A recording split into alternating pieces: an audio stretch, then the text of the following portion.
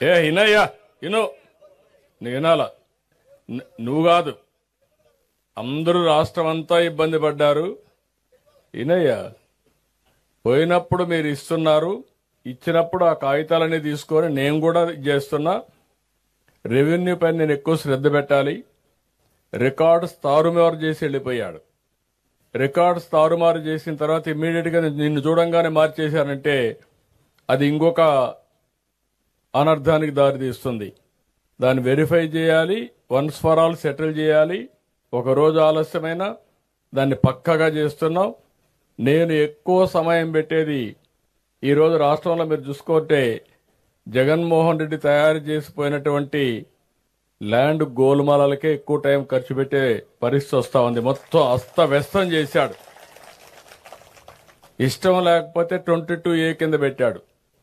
22A అనగానే అది government land అయిపోయింది. మీ తాత ముత్తాతల దగ్గర నుంచి నీ ఆధీనంలో ఉండే భూమి దుర్మార్గులు 22A కింద పెట్టి గవర్నమెంట్ భూమి అంటే ఇంకా దానికి అడ్డం లేకుండా పోయింది. ఇంకా కొన్ని చేశారు, మామూలుగా చేయలేదు. ఎవరైనా ఆయన మాట వినకపోతే లేకుంటే వాళ్ళ నాయకులు ఆ భూమి కబ్జా చేయాలంటే ఇవ్వకపోతే దాన్ని కూడా 22 కింద పెట్టేశారు, 22A కింద పెట్టేశారు. నాకు వచ్చే పిటిషన్లో 100% 22A కింద ఉండే భూములే వస్తున్నాయి. సొంత భూములు మీరు గుర్తుపెట్టుకోవాలి. దాని మీద నేను తప్పకుండా శ్రద్ధ పెడతా, యాక్షన్ తీసుకుంటాను. ఈరోజు మీ అందరికీ చాలా సంతోషం. నల్లజర్లకు వచ్చాను. ఇప్పుడే రైతాంగం మాట్లాడితే విన్నాను. ఈరోజు మీ అందరూ చెప్పిన తర్వాత నేను వచ్చిన ముఖ్యమైన పని మీరు చూస్తే 18 నెలలుగా ఈ ప్రభుత్వం ఉంది. ఆ రోజు మీరందరూ ఆలోచించారు. రాష్ట్రం మొత్తం విధ్వంసానికి గురైంది. అభద్రతా భావానికి వెళ్ళిపోయాం.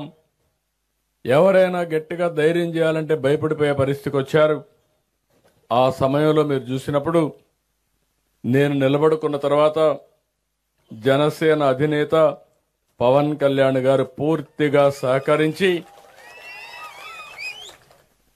వ్యతిరేక ఓటు చీలడానికి వీలు లేదు, ప్రభుత్వానికి ఇంటికి పంపించే పరిస్థితి రావాలని చెప్పి ముందుకు వచ్చాడు. ఆ తర్వాత బీజేపీ కూడా కలిసి వచ్చాం. ముగ్గురము కలిసి కూటమి కట్టాం. కూటమి కడితే మీరు చూస్తే మీరు కూడా చాలా రోజులుగా రాజకీయాలు చూశారు. ఎప్పుడూ రానంత విజయం వచ్చింది. 57% ఓట్లు పడ్డాయి. 94% సీట్లు గెలిపించారు. ఒక చరిత్ర సృష్టించారు మీరైతే. కొన్ని జిల్లాల్లో అయితే ఒక ప్రభంజనం. 90,000 95,000 మెజారిటీ. పోలీసులు ఈ పక్కకు రావాలి, కొంచెం కనపడాలి. పోలీసులు ఎన్నికరండి. మీరు అనవసరంగా కొంచెం క్లారిటీ ఇవ్వాలి ఎవరన్నా కూర్చున్న వాళ్ళకి. అవన్నీ కూడా చేసే పరిస్థితికి వచ్చింది. అయితే గెలిచిన తర్వాత నేను కూడా మీరు చూస్తున్నారు, నేను అప్పుడు కూడా చెప్పాను, ఈ 5 ఏళ్లు నా అనుభవంతో నేర్చుకున్న తెలివితేటలన్నీ ఉపయోగించి, టెక్నాలజీ ఉపయోగించి ముందు జరిగిన దానికంటే 3-4 రెట్లు అభివృద్ధి చేస్తానని ఆ రోజు మీ అందరికీ హామీ ఇచ్చాను. ఒక పక్క సూపర్ 6 సంక్షేమ కార్యక్రమాలు, ఇంకో పక్క చూస్తే ఖాళీ ఖజానా. ఎతికినా కూడా డబ్బులు దొరికే పరిస్థితి లేదు. అప్పు కావాలంటే ఇచ్చేవాళ్ళు కూడా లేరు. ఒక పక్కన అప్పులు చేయడానికి అవకాశం కూడా లేదు. ఎందుకంటే గవర్నమెంట్ ఆఫ్ ఇండియాలో నిబంధనలు ఉంటాయి. FRBM అని ఉంటుంది. ఇంత ఆదాయం ఇంత అప్పు చేయొచ్చు, దానికంటే ఎక్కువ చేయడానికి వీలు లేదు. అయితే ఈరోజు నేను చెప్పిన మాట ఆ రోజు ఈరోజు నిలబెట్టుకున్నాం. సంక్షేమ కార్యక్రమాలన్నీ కూడా ఈరోజు మీలో ఇంత సాటిస్ఫాక్షన్ ఉందంటే, మీరు ఇంత ఆనందంగా ఉన్నారంటే మొన్న అన్నదాత సుఖీభవ మీ అకౌంట్లో పడింది కాబట్టి ఈరోజు మీలో హుషారు పెరిగింది. లేకపోతే నీరసంగా ఉండేవాళ్ళు. అదే మాదిరిగా ఈరోజు మీరు చూస్తే తల్లికి వందనం 10,000 రూపాయలు చొప్పున ఎంతమంది పిల్లలుంటే అంతమందికి ఇస్తున్నాం. ఇంకొక పక్క నిన్ననే పేదల సేవ, పేదల సేవలో మీరు చూస్తే 4,000, 6,000, 10,000, 15,000. ఇప్పుడే ఒక పిల్లవాడిని 6,000 రూపాయలు ఇస్తామంటే కాదు, ఈ అబ్బాయి పూర్తిగా సిక్ అయిపోయాడు, నడవలేడు, బెడ్కే పరిమితం అయ్యాడంటే అలాంటి పిల్లల కోసం 15,000 రూపాయలు మానవతా దృక్పథంతో ఇస్తున్నా. అక్కడ చూపించారు, అదే కలెక్టర్ చెప్పాను, ఇస్తాం. ఆ తల్లిదండ్రుల యొక్క బాధ, వీళ్ళు కూలి పని చేయాలి, అతనికి సేవ చేయాలి, అతన్ని కాపాడుకోవాలి. ఈరోజు మీరు చూస్తే ఇప్పటికీ 18 నెలలు 50,450 కోట్ల రూపాయలు ఒక పెన్షన్ ఖర్చు పెట్టిన ఏకైక ప్రభుత్వం భారతదేశంలో ఇక్కడ ఎన్డీఏ కూటమి. మా ఆడబిడ్డలకు ఉచిత బస్సు, ఎక్కడికైనా వెళ్ళొచ్చు జల్సాగా. ఈరోజు మీటింగ్లు మాత్రం రాలా మా మహిళా రైతులు, ఇప్పుడే వచ్చారు, అక్కడ చూపిస్తున్నారు, మేము ఉన్నామని చెప్పి చూపిస్తున్నారు. కాబట్టి ఇవన్నీ కూడా. ఇంకో పక్క వంట చేసుకోవాలంటే ఇబ్బంది లేకుండా ఎక్కడికక్కడ 3 సిలిండర్లు ఉచితంగా ఇవ్వడం, ఇలాంటి 1-2 కాదు, అన్ని కార్యక్రమాలు చెప్పినట్టు అన్ని ఇస్తున్నాం. వీలైనంత వరకు అన్ని వర్గాల్ని నేను ఏదైతే హామీ ఇచ్చానో ఇబ్బంది లేకుండా చేయడం కోసం ముందుకు పోతున్నాం. ఇంకో పక్కన గోతులు పడ్డ రోడ్లన్నీ పూడ్చే పనిలో కూడా ఉన్నాం. ఒకప్పుడు మీరు చూసారు రోడ్లు ఎంత అధ్వానంగా ఉన్నాయో, మొన్నే చేశాం, మళ్లీ ప్రాబ్లమ్స్ వచ్చాయి, వర్షాలు వచ్చాయి, మళ్లీ ఆదేశాలు ఇచ్చా. జనవరి పండగ కంటే ముందు ఎక్కడ కూడా ఏ రోడ్లు కూడా పార్ట్ హోల్ ఉండడానికి వీలు లేదు, అది స్పష్టమైన ఆదేశాలు ఇచ్చి అడ్మినిస్ట్రేషన్ పరిగెత్తిస్తున్నాం. ఈ రెండు చేసి ఈరోజు నేను అతి ముఖ్యమైన కార్యక్రమం, జటిలమైన సమస్య, రైతుల సమస్య. ఈరోజు మనందరం గుర్తుపెట్టుకోవాల్సింది, రైతుల సమస్య పరిష్కారం చేయగలిగితే మిగిలిన సమస్యల పరిష్కారం చేయడం పెద్ద కష్టం కూడా కాదు. అందుకే రైతన్న మీకోసమని 6 రోజులు మీ ఇంటింటికి పంపించాం, మిమ్మల్ని కలిశారు, మీరిచ్చినటువంటి ఫీడ్బ్యాక్ తీసుకున్నాం. ఈరోజు మనం ఒకటి గుర్తుపెట్టుకోవాలి, చరిత్రను గుర్తుపెట్టుకోవాలి, భవిష్యత్తుకు ప్రణాళిక రూపకల్పన చేసుకోవాలి. చరిత్రలో మీరు చూస్తే ఈ రాష్ట్రం వ్యవసాయ ఆధారిత రాష్ట్రం, వ్యవసాయం మనకు ప్రధానం. ఆ రోజు నేను హైదరాబాద్ కేంద్రంగా ఉన్నప్పుడు సర్వీస్ సెక్టర్ రావాలి, నాలెడ్జ్ ఎకానమీ రావాలి, తద్వారా ఆదాయం పెరుగుతుందనే ఉద్దేశంతో హైదరాబాద్ని అభివృద్ధి చేశాం. ఈరోజు అది తెలంగాణకు వెళ్ళింది. దానివల్ల ఆ రాష్ట్రంలో మీరు చూస్తే 60% సర్వీస్ సెక్టర్ ఉంది, వ్యవసాయంలో వచ్చే ఆదాయం 14%. రాష్ట్రం విడిపోయినప్పుడు 2 రాష్ట్రాలు కలిపి 24-25% జీఎస్డీపీ కాంట్రిబ్యూషన్ ఉంటే మన రాష్ట్రం 34%కి వెళ్ళింది. ఈ విషయం, ఇంకొక విషయం కూడా మీరు ఆలోచించుకోవాలి, వ్యవసాయంలో ప్రభుత్వానికి ఆదాయం తక్కువ వస్తుంది. తెలంగాణ రాష్ట్రంలో 100 రూపాయలు జీఎస్డీపీ ఉంటే అందులో 9 రూపాయల 30 పైసలు ప్రభుత్వానికి ఆదాయం వస్తుంది. అదే మన రాష్ట్రంలో 100 రూపాయలు జీఎస్డీపీ ఉంటే 6 రూపాయలే ఆదాయం వస్తుంది. ఆదాయం తక్కువ, ఖర్చులు ఎక్కువ. అయితే నాకు ఒక నమ్మకం ఉంది, విభజన తర్వాత స్ట్రక్చరల్ ఇంబ్యాలెన్స్ వచ్చాయి, దాన్ని కరెక్ట్ చేయాలి, వ్యవసాయాన్ని కూడా ముందుకు తీసుకుపోవాలనే ఉద్దేశంతోనే మనం ముందుకు పోతున్నాం. ఈరోజు ఇక్కడ నేను చూశాను, 162% వ్యవసాయం అనుబంధ రంగాలపైనే ఆధారపడుతున్నారు. గవర్నమెంట్ వచ్చినప్పటి నుంచి ప్రయత్నం చేస్తున్నాం.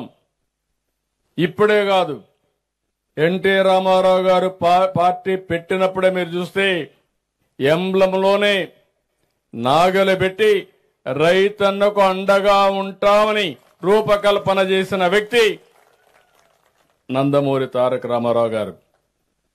వ్యవసాయమే మన బలం. అదే సమయంలో వ్యవసాయంలో అనేక సవాళ్లు వస్తున్నాయి.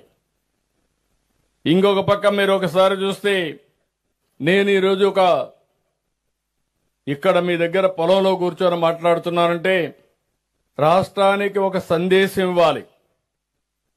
ఎంత పెద్ద సమస్య అయినా ఆ సమస్యను పరిష్కారం చేయడానికి ఎక్కడికక్కడ ప్రణాళికాబద్ధంగా పోతే ఇది సాధ్యం. నేను ఇటీవల కాలంలో 5 ప్రిన్సిపల్స్ పెట్టాను. ఈ జటిలమైన సమస్యని పరిష్కారం చేయడానికి నీటి భద్రత. ఒకప్పుడు నేను చూసేవాడిని ఈ నియోజకవర్గం. కొన్ని నియోజకవర్గాలైతే 1000 అడుగుల కిందన నీళ్లు. భగీరథ ప్రయత్నం చేయాలి రైతులు. అక్కడి నుంచి రాష్ట్రానికి కూడా పెద్ద ఎత్తున ఖర్చు కూడా. ఈరోజు మీరు కరెంటు వాడతారు, కిందనెక్కడో నీళ్లుంటాయి. నీళ్లు పైకి రావాలంటే కరెంటు కావాలి. అలాంటి సమస్యలు వచ్చి మళ్ళా కరెంటు సరిగ్గా ఇవ్వకపోతే ఇబ్బందులు వస్తాయి. అందుకే మీరు చూస్తే ఈరోజు రాష్ట్రం అంతా శ్రద్ధ పెట్టాం.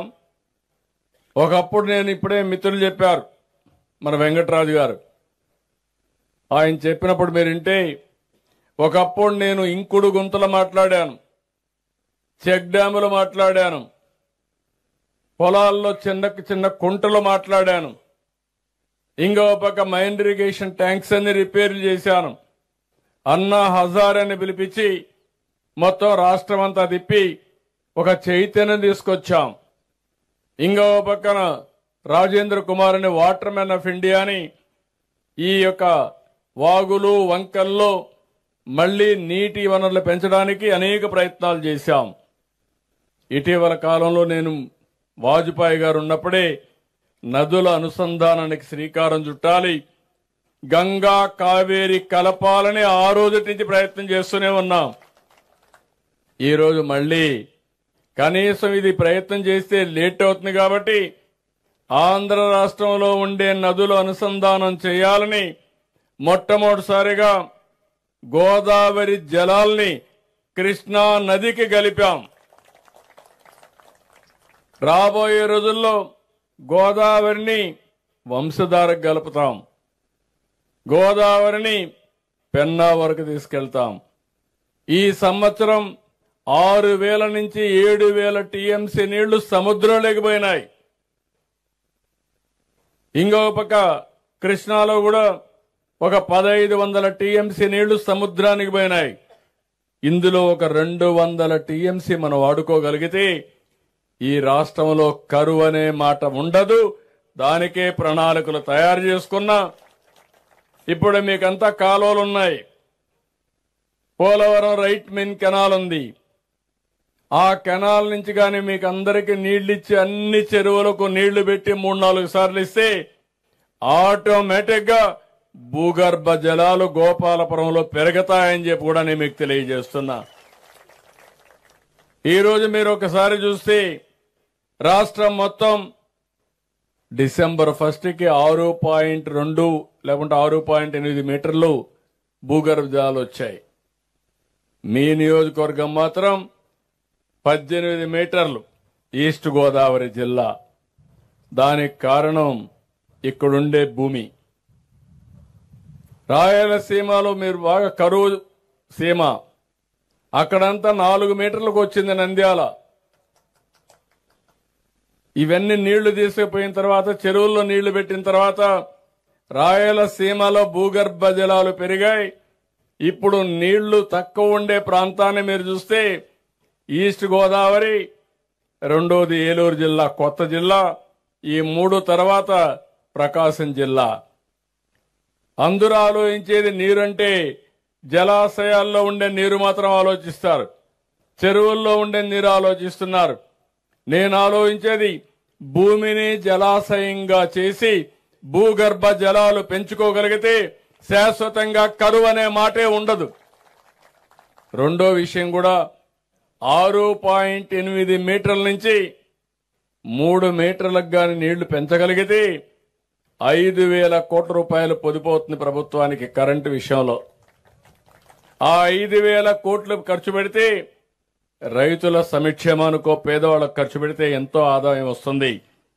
రెండోది డిమాండ్ ఆధారిత వ్యవసాయం, 3 అగ్రిటెక్, 4ది ఫుడ్ ప్రాసెసింగ్, 5ది ప్రభుత్వాల మద్దతు.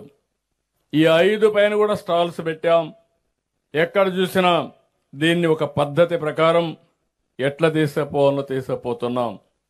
మొన్నే 24 నుంచి 29 వరకు 6 రోజులు మీ ఇంట్లోకి పంపించాం. మీ అందరితో మాట్లాడారు. ఈరోజు రైతు సేవా కేంద్రం వారిగా రాష్ట్రంలో ఉండే 10,800 సెంటర్లో ఈ కార్యక్రమాన్ని పెట్టాం. నేను ఒకటే ఆలోచిస్తున్నాను, వ్యవసాయం నిరంతరం సాగాలి. నమ్ముకున్న రైతు గిట్టుబాటు ధర రావాలి. మీరు కూడా ఆదాయాన్ని పెంచుకునే పరిస్థితి రావాలి.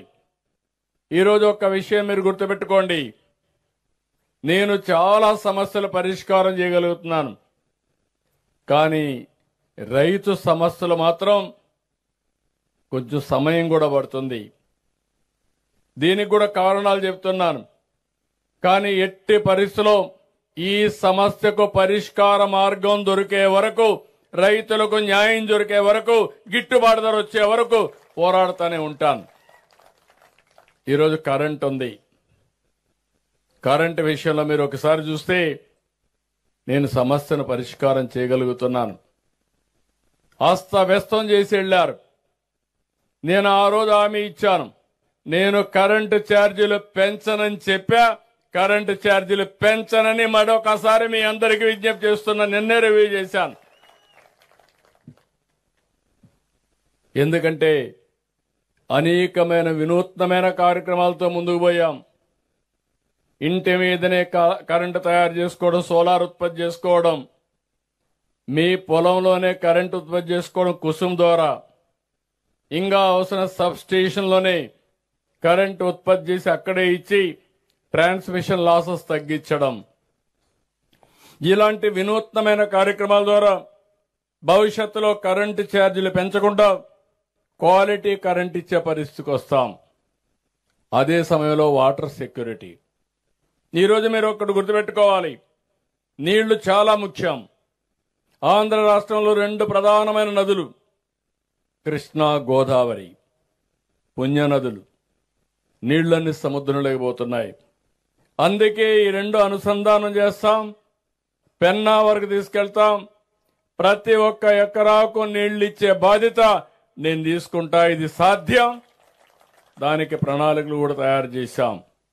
ఈ సంవత్సరం రిజర్వాయర్లో 1,900 టీఎంసీ నీళ్లు ఇప్పుడున్నాయి. ఇంకో పక్కన కనీసం 600 నుంచి 700 టీఎంసీ భూగర్భ జలాలున్నాయి. 20 లక్షల పంప్ సెట్లు మనకున్నాయి. సాయిల్ మాయిశ్చర్ పెరిగింది. దీన్ని ఒక పద్ధతి ప్రకారం నెల నెల రివ్యూ చేస్తున్నాం. ఇక్కడ నిమ్మల రామానాయుడు ఉన్నాడు. ఇది కూడా సమస్య పరిష్కారం చేసే బాధ్యత రామానాయుడు. ఆ సమస్య పరిష్కారం చేసే వరకు ఆయన వెనక నేను పడతా. అది జరుగుతుంది, చేపిస్తా. ఒక మోడల్ స్టేట్ గా ఈ రాష్ట్రంలో తాగడానికి, వ్యవసాయానికి, ఇండస్ట్రీకి నీటి ఎద్దడి లేకుండా చేసే బాధ్యత మేము తీసుకుంటామని మరొకసారి విజ్ఞప్తి చేస్తున్నా. 3వది సంక్షేమం ఇవ్వగలిగాం, డీబీటీ పెట్టగలిగాం. పెన్షన్ ఇస్తే ఎప్పుడు ఇచ్చాం, ఎక్కడిచ్చామో మెజర్ చేస్తున్నాం. మళ్ళా ఒక మెసేజ్ పంపించి ఏమైనా లంచం అడిగారా, మర్యాదగా ఇచ్చారా, చీదరించుకుంటూ ఇచ్చారా అవన్నీ అడుగుతున్నా.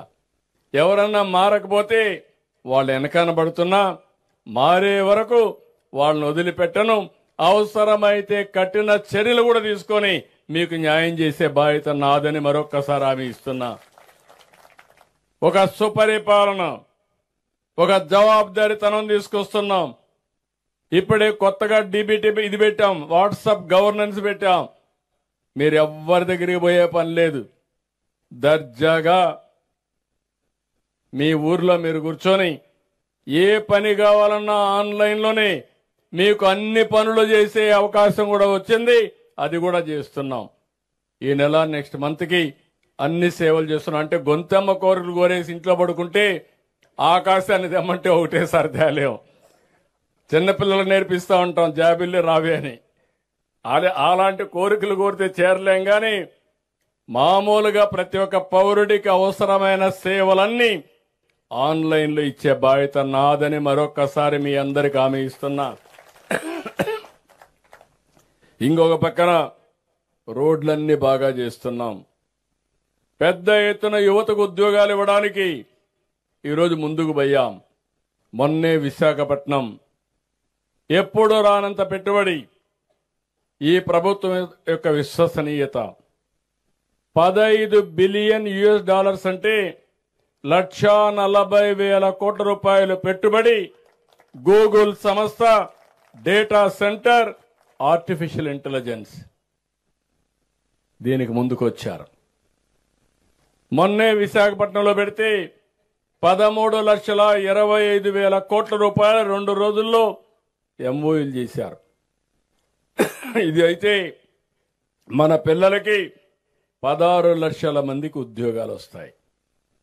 నేను ఒక నిర్దిష్టమైన విధానం కూడా తయారు చేశాను. ఒక విజన్ తయారు చేశాను. 2047కి వికసిత్ భారత్ ద్వారా ప్రపంచంలోనే భారతదేశం నెంబర్ 1 ఎకానమీ అవుతుంది. దాంట్లో ఎవ్వరికి అనుమానం అవసరం లేదు. అందులో స్వర్ణాంధ్రప్రదేశ్ విజన్ తయారు చేసి మనం దేశానికే నెంబర్ 1 కావాలని ప్రణాళికలు తయారు చేసుకున్నాం. ఈరోజు 3 లక్షల రూపాయలు మన యొక్క తలసరి ఆదాయం దగ్గర ఈ సంవత్సరం. ఇది 2047 అంటే 22 ఏళ్లలో ₹55 లక్షల తలసరి ఆదాయం అవుతుంది. అది ఏ విధంగా అవుతుందంటే industry, service sector, knowledge economy, వ్యవసాయం అన్ని కలిపి అవుతాయి. ఈరోజు ఇక్కడ మా అచ్చెన్నాయుడు గారు ఉన్నారు, మంత్రి గారు, సీనియర్ లీడర్. బాధ్యత ఎక్కువ ఉంది, బరువు మోయగలుగుతాడు, ఎందుకంటే గట్టిగానే ఉన్నాడు. ఈ 5 ప్రిన్సిపల్స్ ని అమలు చేస్తాం. నేను కూడా ఒక సవాలుగా తీసుకున్నా. ఎందుకంటే జటిలమైన సమస్యని వదిలిపెడితే ఆ సమస్య మనల్ని మింగేస్తుంది. కానీ ప్రయత్నం చేయడమే కాకుండా నిరంతరం దీనికి ఏం చేయాలో ఒక యజ్ఞం మారిగా చేస్తాం. 666 మండలాలు ఉన్నాయి, రూరల్ మండలాలు. 8,451 రైతు సేవా కేంద్రాలున్నాయి. 49 లక్షల మంది రైతులున్నారు. మొన్నైతే 3 ఇళ్ళు క్లస్టర్గా తీసుకుని 30 క్లస్టర్స్ పెట్టి రోజుకి 90 కుటుంబాలు కలిశారు. మీరు చెప్పిన విషయాలను విన్నారు. ఇది ప్రారంభం మాత్రం. దీని మీద ఈరోజు ఒక ప్రణాళిక తయారు చేశాం. ఆ ప్రణాళిక రబీ, ఖరీఫ్, తర్వాత రబీ ఎలాంటి పంటలు వేయాలని. ఈరోజు మీరు ఒక విషయం రైతాంగం కూడా గుర్తుపెట్టుకోవాలి. మీరు పండించే పంట దాని విలువ ఇక్కడుండే పరిస్థితులపైన ఆధారపడదు. ఎక్కడో జరిగే పరిణామాలు, యుద్ధాలు, ఆ దేశాలు తీసుకున్న నిర్ణయాలు కూడా మన ఊళ్ళో ప్రభావితం చేస్తాయి. ఈ రైతు యొక్క జీవితాన్ని ప్రభావితం చేస్తుంది. ఎక్కడో రష్యా, ఎక్కడో ఉక్రెయిన్, మీరు ఇనుండరు. ఆ రోజు మీరు చూస్తే అక్కడ యుద్ధం జరిగింది, మన పంటల పైన ప్రభావం పడింది. ట్రంప్ కోపం వచ్చింది, రొయ్య ఎగిరిపోయే పరిస్థితి వచ్చింది. ఇంపోర్ట్స్ అని తగ్గిపోయినాయి. అంటే మీరు అర్థం చేసుకోవాలి, ఎక్కడ ఉక్రెయిన్, ఎక్కడ అమెరికా, ఎక్కడ ఈస్ట్ గోదావరి, నల్లజర్ల, దాని ప్రభావం మన మీద పడే పరిస్థితికి వచ్చింది. ఇంకో పక్కన మీరు మాట్లాడారు, మా తమ్ముడు ఒకరు మాట్లాడారు, నేను నేచురల్ ఫార్మింగ్కి వెళ్ళానని. ఈరోజు కొన్ని దేశాలున్నాయి, కడాన మీరు గుర్తుపెట్టుకోవాలి, వాళ్ళు వాడే ఇనుమ, వాళ్ళు వాడే అల్యూమినియం హీట్ రాకూడదని గ్రీన్ ఎనర్జీతో తయారు చేసిన కరెంటే వాడాలని నిబంధన పెట్టారు. అంటే వాళ్ళు వాడే వస్తువులకే గ్రీన్ ఎనర్జీ ఉండాలి, పొల్యూషన్ ఉండకూడదు అని ఆలోచిస్తే తినే తిండి ఎరువులేస్తే తింటారా అని నేను అడుగుతున్నా మిమ్మల్ని. క్రిమి సంహారక మందులు కొడితే తింటారా అని మిమ్మల్ని అడుగుతున్నా. ఈరోజు ఏం చేస్తున్నారు? నాలెడ్జ్ పెరిగింది, సర్టిఫికేషన్ వచ్చేస్తా ఉంది. మనం పండించిన పంట ఒక యాప్లో పెట్టి తీసుకుంటే ఆటోమేటిక్గా ఎంత దాంట్లో ఎరువు ఉంది, ఎంత క్రిమి సంహారక మందులు ఉన్నాయో ఆటోమేటిక్గా వచ్చేస్తా ఉంది. ఇది కూడా మీరు గుర్తుపెట్టుకోవాలి. ఇప్పుడే మిత్రుడు చెప్పాడు ఒక ట్రైన్. ఒకప్పుడు అన్నదాత అంటే మారు పేరు పంజాబ్, ఆంధ్రప్రదేశ్. పంజాబ్ నుంచి ఎవ్రీడే ఒక 2 ట్రైన్లు ఢిల్లీకి వెళ్తున్నాయి. ప్రత్యేకంగా క్యాన్సర్ పేషెంట్లు తీసుకొని ఢిల్లీకి వెళ్లి ట్రీట్మెంట్ ఇచ్చి మళ్ళా తీసుకొస్తున్నారు. దానికి మీరు గుర్తుపెట్టుకోవాల్సింది, అలాంటి పరిస్థితి రాష్ట్రానికే కాదు, ఇక్కడుండే రైతు దేశానికి, ప్రపంచానికి అలాంటి పరిస్థితి క్రియేట్ చేయకూడదు. అది నా రైతాంగం యొక్క పట్టుదల. గిట్టుబాటు ధర రావాలి. అదే సమయంలో ఎక్కడికక్కడ ఆదాయాన్ని కూడా పెంచుకుంటూ మనం ముందుకు పోవాల్సిన అవసరం ఉంది. అందుకే ఆహారపు అలవాట్లు కూడా పెరిగాయి. ఒకప్పుడు అందరూ వరే తినేవాళ్ళం, రాయలసీమ లేదు జొన్నలే తినేవాళ్ళు, రాగులే తినేవాళ్ళు. ఎప్పుడైనా పెద్ద పెద్ద కుటుంబాలు మాత్రం రైస్ తినేవాళ్ళు. మన నాయకుడు ఎన్టీ రామారావు గారు వచ్చిన తర్వాత ₹2 కేజీ బియ్యం పెట్టి అందరూ కూడా వరి ధాన్యం తినే పరిస్థితికి వచ్చాం. అయితే దీనివల్ల లాభ నష్టాలు కూడా వచ్చాయి. దానివల్ల లాభ నష్టాలు చూస్తే రాగి తినే వాళ్ళకి ఎప్పుడు డయాబెటీస్ రాదు, షుగర్ రాదు. ఇప్పుడు అక్కడ కూడా షుగర్ వస్తూ ఉంది. ఇప్పుడు ఈస్ట్ గోదావరి, వెస్ట్ గోదావరి కాకుండా అక్కడ వచ్చే పరిస్థితి వచ్చింది. ఇప్పుడు ఆహారపు అలవాట్లు మారిపోయినాయి. కొంతమంది రైస్ తినడం మానేశారు. మీరేమనుకోపోతే నేను కూడా రైస్ తిన్నాను. ఎందుకంటే ఆరోగ్యంగా ఉంటే 4 పనులు ఎక్కువ చేయొచ్చు. ఆరోగ్యం లేదనుకోండి అక్కడి నుంచి ఇబ్బందులు వస్తాయి. డయాబెటీస్ అనేది, షుగర్ అనేది గేట్వే. ఒకసారి మీకు కానీ షుగర్ వస్తే అన్ని జబ్బులు వస్తాయి. కిడ్నీ ఫెయిల్ అయితే ఇమ్మీడియట్ గా డయాలసిస్ రావాలి. ఇలాంటి ఒక సమస్య కాదు, అన్ని సమస్యలకు నాంది డయాబెటీస్. నేను మొన్నే స్టడీ చేశాను.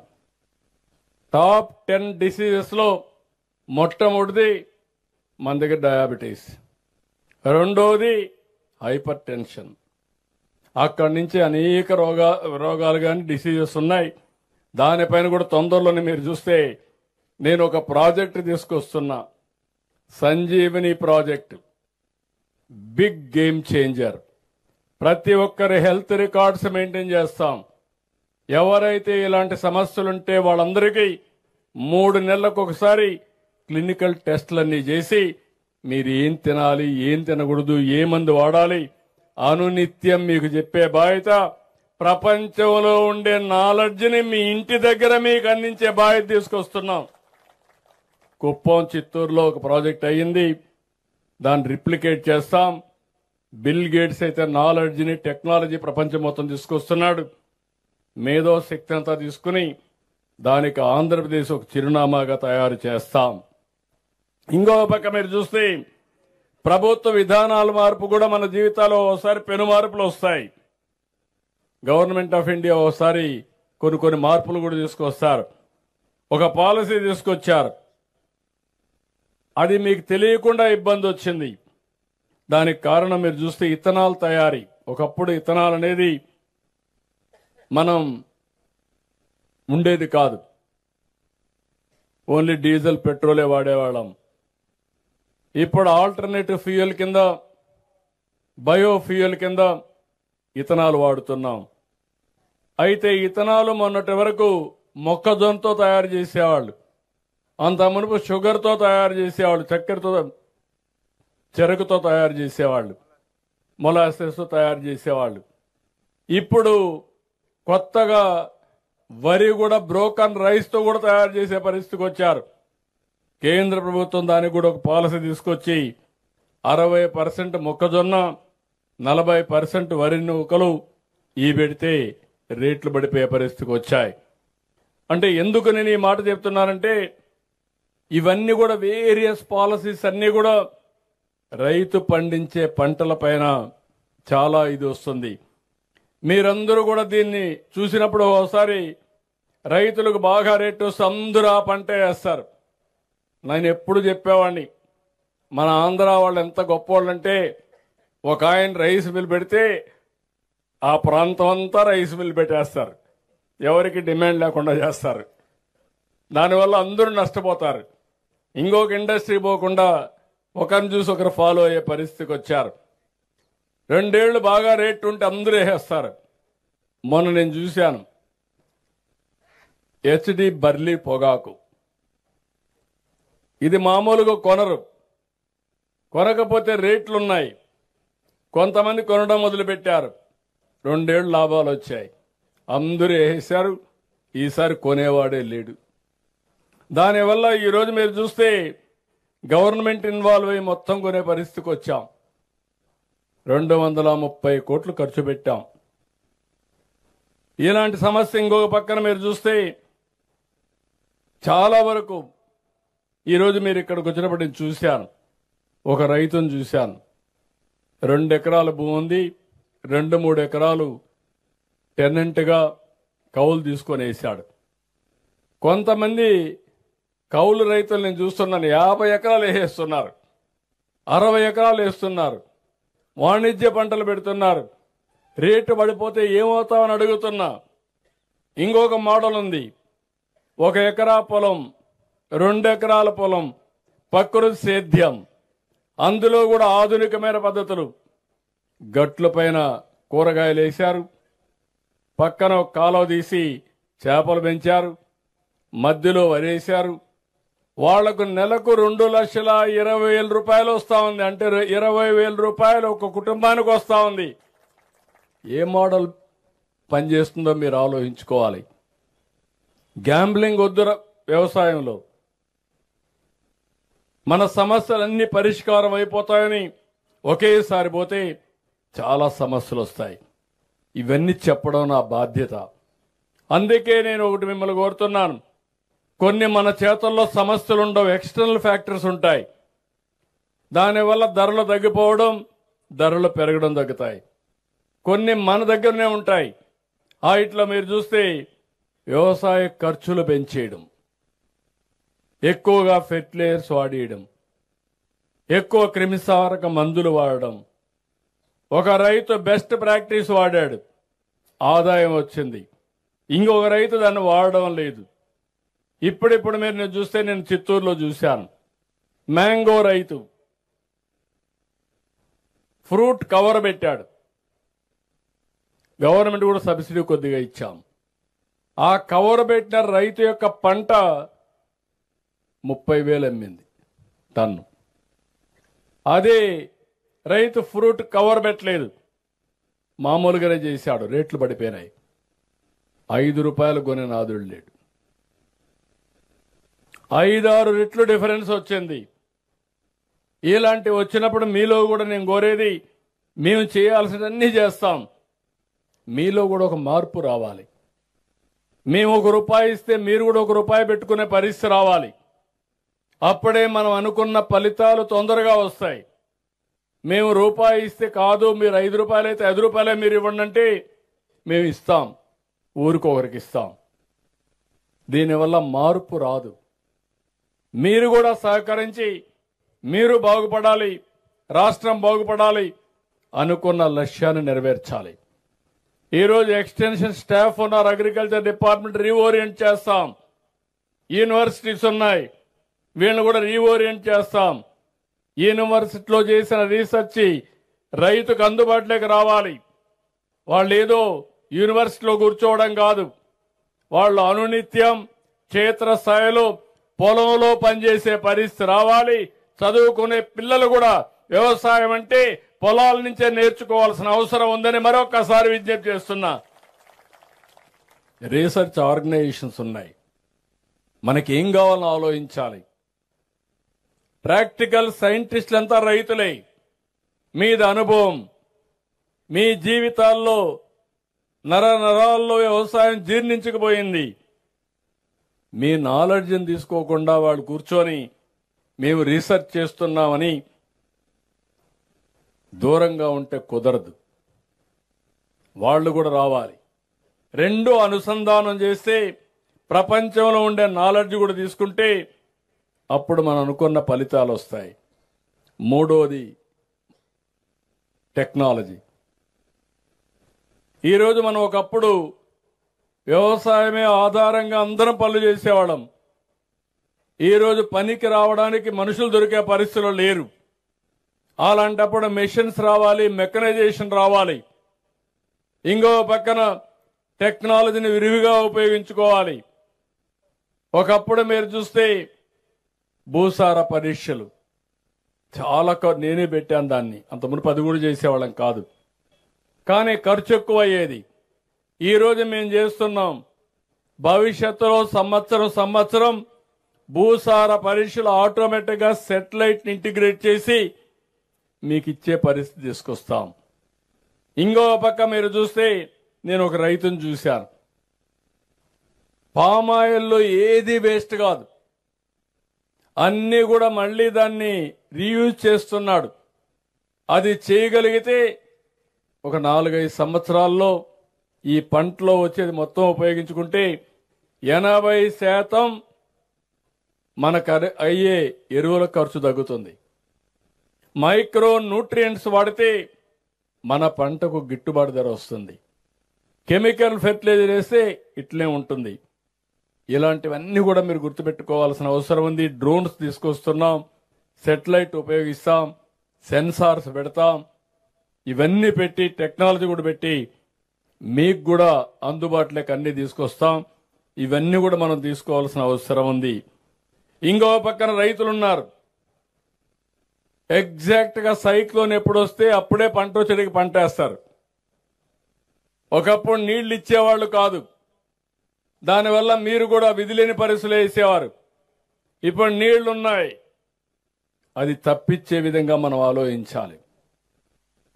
రెండోది, 2 పంటలు కూడా వరేస్తారు మీరు. కొన్ని దగ్గర తప్పదు. గోపాలపురానికి ఆ పరిస్థితి లేదు, ఎందుకంటే మెట్ట ప్రాంతం ఇది. ఒక పంట వరి తప్పదంటే ఏంటి, హార్టికల్చర్కి వెళ్ళండి. గిట్టుబాటు ధర వచ్చే పంటలు మిల్లెట్స్ కానీ ఇవన్నీ పండించండి. అప్పుడే భూమికి కూడా ఇది వస్తుంది, మనకు కూడా ఆదాయం పెరిగే పరిస్థితి వస్తుంది. ఇక్కడ రైతులు నేను చూశాను, ఈ విషయం కూడా మీకు చెప్తున్నా. ప్రోగ్రెసివ్ రైతులున్నారు, మీకు నాలెడ్జ్ ఉంది.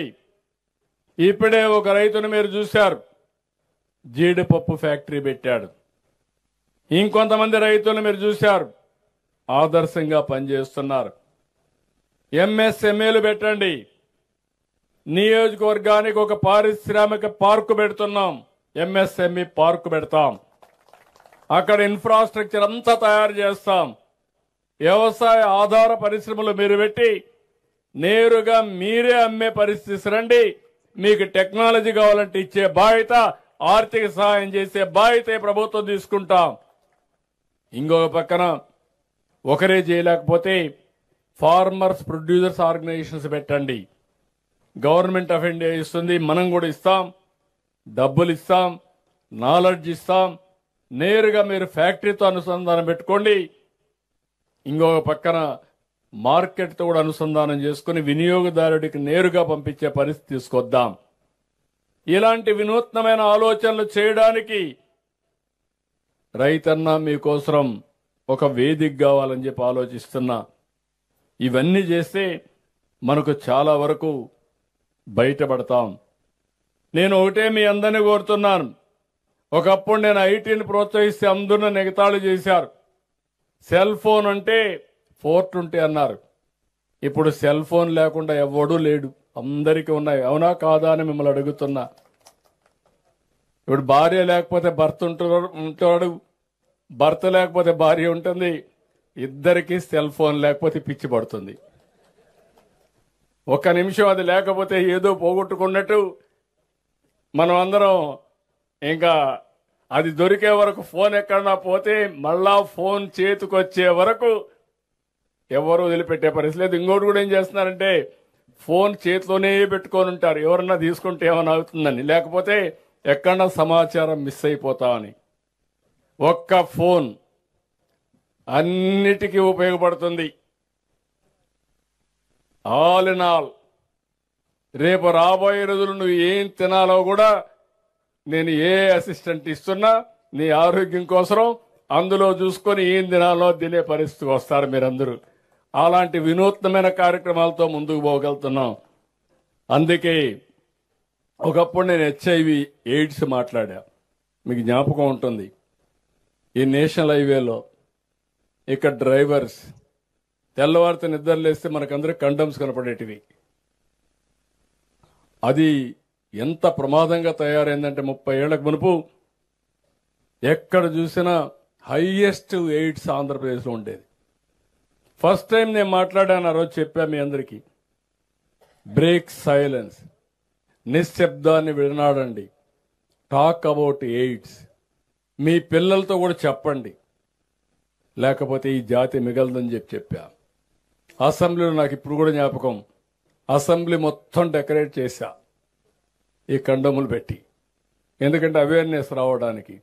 ఈ రోజు నేను గర్వంగా చెప్పగలుగుతున్నా, ఆ రోజు చేసిన పని ఈ రోజు చాలా వరకు కంట్రోల్ అయింది. 2030 నాటికి భారతదేశంలో ఎయిడ్స్ లేని రాష్ట్రంగా ఆంధ్రప్రదేశ్ రాష్ట్రం తయారవుతుంది. ఒక ప్రయత్నం చేసుకుంటా పోయాం, ఫలితాలు వచ్చాయి. డాక్టరా సంఘాలు పెడితే అదే అన్నారు. ఈరోజు డాక్టర్ సంఘాలు ఒక శక్తివంతంగా తయారయ్యే పరిస్థితి వచ్చింది. కానీ అందుకే నేను మిమ్మల్ని అందరినీ కోరేది, ఎవరు ఎన్ని చెప్పినా నేను అనుకునింది లాంగ్ టర్మ్లో ఫలితాలు వస్తాయంటే వదిలిపెట్టకుండా పనిచేస్తున్నాం. ఈరోజు నేను మిమ్మల్ని అందరినీ కోరేది ఒకటే, మీ అందరిలో ఒక ఇది రావాలి, చైతన్యం రావాలి. ప్రకృతి సేద్యం ఎప్పటికైనా ఇదే మార్గం. నేను 6-7 సంవత్సరాల కంటే ముందు స్టార్ట్ చేశా. మీ ఆరోగ్యాన్ని కాపాడుకోండి, వేరే వాళ్ళ ఆరోగ్యాన్ని చెడగొట్టద్దండి. మీరు పంట పండించి ఎరువు వేసి వాళ్ళందరికీ క్యాన్సర్ అంటిస్తే సఫర్ అయ్యేది వాళ్ళు సఫర్ అవుతారు మళ్ళీ. అలాంటి దీనికి మనం ముందుకు పోవాలి. కొన్ని మోడల్స్ కూడా తయారు చేసుకోవాలి. అవి కూడా నేను మాట్లాడుతున్నా. ప్రతి ఒక్క రైతుకి ఇప్పుడు మీరు గుర్తుపెట్టుకోండి, దగ్గర 49 లక్షల మంది రైతాంగం. మీ పంటంతా కూడా మీరు చూస్తే ఎంత ఉందో, భూమి అంతా చూస్తే ఇక్కడ నేను చూశాను మీ ఊర్లో ఇప్పుడే మన ఆఫీసర్ కూడా మొత్తం చెప్పారు. దీన్ని కాంబినేషన్ ఏ విధంగా తేవాలి, ఏ పంట వేస్తే ఆదాయం వస్తుంది, ఏ పంటలు ఇంటర్ కల్టివేషన్ వేయాలి, 2-3 పంటలు 4 కూడా వేసుకోవచ్చు, ఎప్పుడెప్పుడు వేయాలి, కాంబినేషన్లో ఎంత ఆదాయం వస్తుంది, దానికి మార్కెటింగ్ ఎటు చేయాలి, ఇండస్ట్రీస్ని ఏ విధంగా అనుసంధానం చేయాలి, ఫుడ్ ప్రాసెసింగ్కి ఎక్కువ ప్రాధాన్యత ఇస్తున్నాం. అవసరమైతే MSME పార్కులు మీరే ఎట్లా పెట్టుకోవాలి, పరిశ్రమలు మీరు ఎట్లా పెట్టుకోవాలి, ఇవన్నీ కూడా వర్కౌట్ చేస్తాం. ఒకప్పుడు రాయలసీమ అంటే ఎడారిగా ఉందంటే ఈరోజు గర్వంగా చెప్పగలుగుతున్నా, రాయలసీమని హార్టికల్చర్ హబ్గా ప్రపంచానికే అందించబోతున్నాం. దగ్గర 70-80 పండ్ల వెరైటీస్ తయారు చేస్తున్నారు అక్కడ. 18 వెరైటీస్ ఏది కావాలన్నా పండే పరిస్థితి. ఎడారిలో పండే ఖర్జూరం కూడా, డేట్స్ కూడా ఇక్కడ పండే పరిస్థితి వస్తూ ఉంది. డ్రాగన్ ఫ్రూట్ కానీ 1-2 కాదు. ఇటీవల మన రాష్ట్రంలో మీరు ఒకటి గుర్తుపెట్టుకోవాలి, ఎక్కడా లేనటువంటి మోడల్స్ తయారు చేస్తున్నాం. నేను 1 ఎకరా చెప్పాను, ఒక చిన్న రైతు 2,20,000 సంపాదిస్తున్నాడు. కేజీలో పౌల్ట్రీ పెట్టి, అది కూడా నాటుకోళ్లు పెట్టి ఆ ఎగ్స్ అవన్నీ అమ్ముకొని 15,000 20,000 రూపాయల నెలకు ఒక ఆడబిడ్డ సంపాదించుకునే అవకాశం ఉంది. ఇంకో పక్క ఇంటి దగ్గరనే మేకలు గాని గొర్రెలు గాని పెంచుకుంటే దాంట్లో కూడా ఆదాయం ఎక్కువ వచ్చే పరిస్థితి వస్తుంది. వ్యవసాయం చేయాలి. వ్యవసాయ అనుబంధ రంగంగా లైవ్ స్టాక్ ముందుకు పోవాలి. పాడి పరిశ్రమ ఇప్పుడే మాట్లాడుతూ కొంతమంది చెప్పారు. రాబోయే రోజుల్లో ప్రతి ఒక్కరు కూడా డైరీ ప్రోడక్ట్స్కి ఎక్కువ ప్రాధాన్యత ఇస్తారు. ఇలాంటివన్నీ కూడా మనం చేయాల్సిన అవసరం ఉంది. మనకు అడ్వాంటేజ్ చాలా ఉన్నాయి. కాఫీ నుంచి కోకో వరకు మన దగ్గర పండుతుంది. బత్తాయి నుంచి బొప్పాయి వరకు, పట్టు నుంచి పసుపు వరకు, పామాయిల్ నుంచి శనగ వరకు, అగ్రికల్చర్ నుంచి అక్వాకల్చర్, హార్టికల్చర్. మన రాష్ట్రంలో పండని పంట లేదు, పండని చోటు లేదని చెప్పి కూడా మీ అందరికీ తెలియజేస్తున్నా. అయితే ఇక్కడ కావాల్సింది మారిన పరిస్థితులకు అనుగుణంగా మనం ఇవన్నీ ముందు తీసుకుపోవాల్సిన అవసరం ఉంది. ట్రెండ్స్ మీరు చూస్తే డైరీ, పౌల్ట్రీ, మీట్లో 2 లక్షల కోట్ల రూపాయలు జీఎస్టీపీ ఆదాయం వస్తుంది. హార్టికల్చర్లో 1,85,000 కోట్ల రూపాయలు ప్రభుత్వం జీఎస్టీపీ వస్తుంది. అక్వాకల్చర్ చేపలు, షింపు, ప్రాణి ఇవన్నీ చూస్తే 1,40,000 45,000 వస్తుంది. వ్యవసాయంలో కేవలం 50,000 వస్తుంది. ఇది వాస్తవ పరిస్థితి. ఒకప్పుడు అరకు కాఫీ ఎవరికి తెలియదు. నేను పట్టుబట్టి పంట పండించడమే కాకుండా ప్రపంచానికే పరిచయం చేయాలనుకున్నాం. ఇప్పుడు అరకు కాఫీ గ్లోబల్ బ్రాండ్ గా తయారయ్యే పరిస్థితి వచ్చింది. ప్రపంచం అంతా పెడుతున్నారు. ప్రతి ఒక్కరు ఆ కాఫీ తాగే పరిస్థితికి వచ్చారు. ఇలాంటివన్నీ మీరు చూసినప్పుడు మీరు తయారు చేసే వ్యవసాయ ఉత్పత్తులు ఒక గ్లోబల్ బ్రాండ్ గా తయారయ్యే పరిస్థితి రావాలి. అది తయారు చేయడం కోసమే నేను ఇక్కడికి వచ్చా. ఈరోజు నేను పెట్టిన మీటింగ్ మీరు చూస్తే ఇది ప్రారంభం మాత్రం. దీన్ని లాజికల్ గా తీసుకెళ్దాం. అందరం సమిష్టిగా పనిచేద్దాం. ప్రతి రైతుకు మళ్ళా ఒకసారి చెప్తున్నా, ఇన్నోవేటివ్గా ఆలోచించాలి, వినూత్నంగా ఆలోచించాలి, సమస్యలకు పరిష్కార మార్గం ఆలోచించాలి, సమస్యలు రాకుండా చూసుకోవాలి. ప్రభుత్వం పూర్తిగా ప్రపంచం అంతా అధ్యయనం చేస్తాం. మంచి కన్సల్టెంట్స్ కూడా పెట్టుకున్నా. నా ఆలోచనలు వాళ్ళకి ఇస్తా. ప్రపంచంలో ఏం జరగబోతుందో ముందే మనకు చెప్పి, తద్వారా రైతాంగం ఏ పంట పండించాలనో ఆ పంటే పండించేట్టుగా మీ అందరికీ గైడెన్స్ ఇచ్చే బాధ్యత నాది. కానీ ఇచ్చిన దాన్ని అమలు చేసే బాధ్యత, మళ్ళా తిరిగి ఫలితాలు చెప్పే బాధ్యత అనునిత్యం మీరు మేము కలిసి దీన్ని ముందుకు తీసుకుపోతే ప్రపంచానికి నాకు చాలాసార్లు చూశాను. ఆంధ్ర రైతు చాలా తెలివైనవాడు. ఎక్కడ నీళ్లుంటే అక్కడ ఆంధ్ర రైతు ఉంటాడు. ఇప్పుడు కాదు, ఈరోజు ఇక్కడి నుంచి మీరు చూస్తే ఒకప్పుడు చిన్న చిన్న ప్రాజెక్టులు వస్తున్నాయంటే గంగావతి అంటే బళ్ళారా పక్క అంతా తెలుగు వాళ్ళు వెళ్ళిపోయారు. కర్ణాటక మొత్తం వెళ్ళారు, తెలంగాణ మొత్తం వెళ్ళారు, తమిళనాడు వెళ్ళారు, ఆఫ్రికాకి వెళ్ళారు, ఇంకా వేరే దేశాలకు వెళ్ళిపోయారు.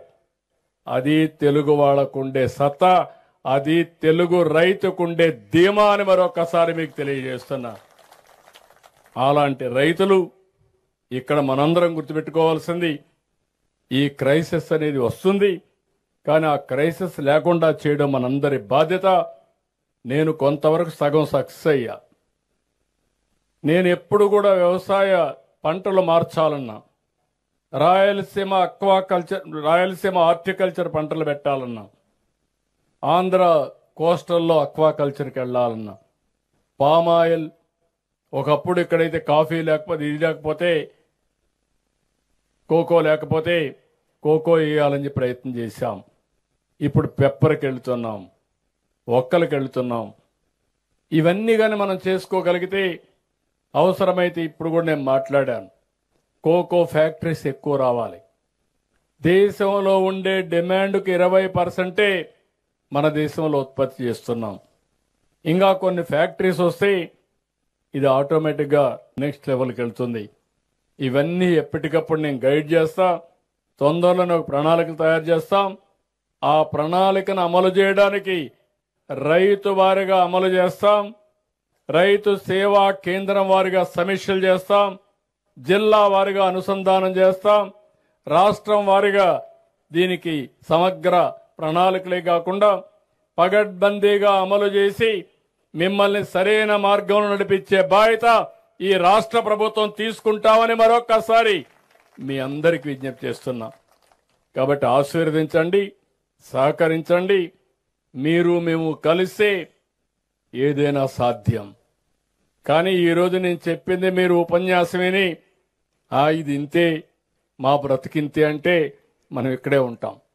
కాదు, మన జీవితాలు మనమే మార్చుకుంటాం. ఆ మార్పుకు ఈ మీటింగు శ్రీకారం చుట్టాలని మరొక్కసారి ఆకాంక్షిస్తూ ఈ కార్యక్రమానికి వచ్చిన మిమ్మల్ని అందరినీ పేరు పేరున అభినందిస్తూ సెలవు తీసుకుంటున్నా. జై కిసాన్, జై హింద్, జై భారత్, జై తెలుగు తల్లి.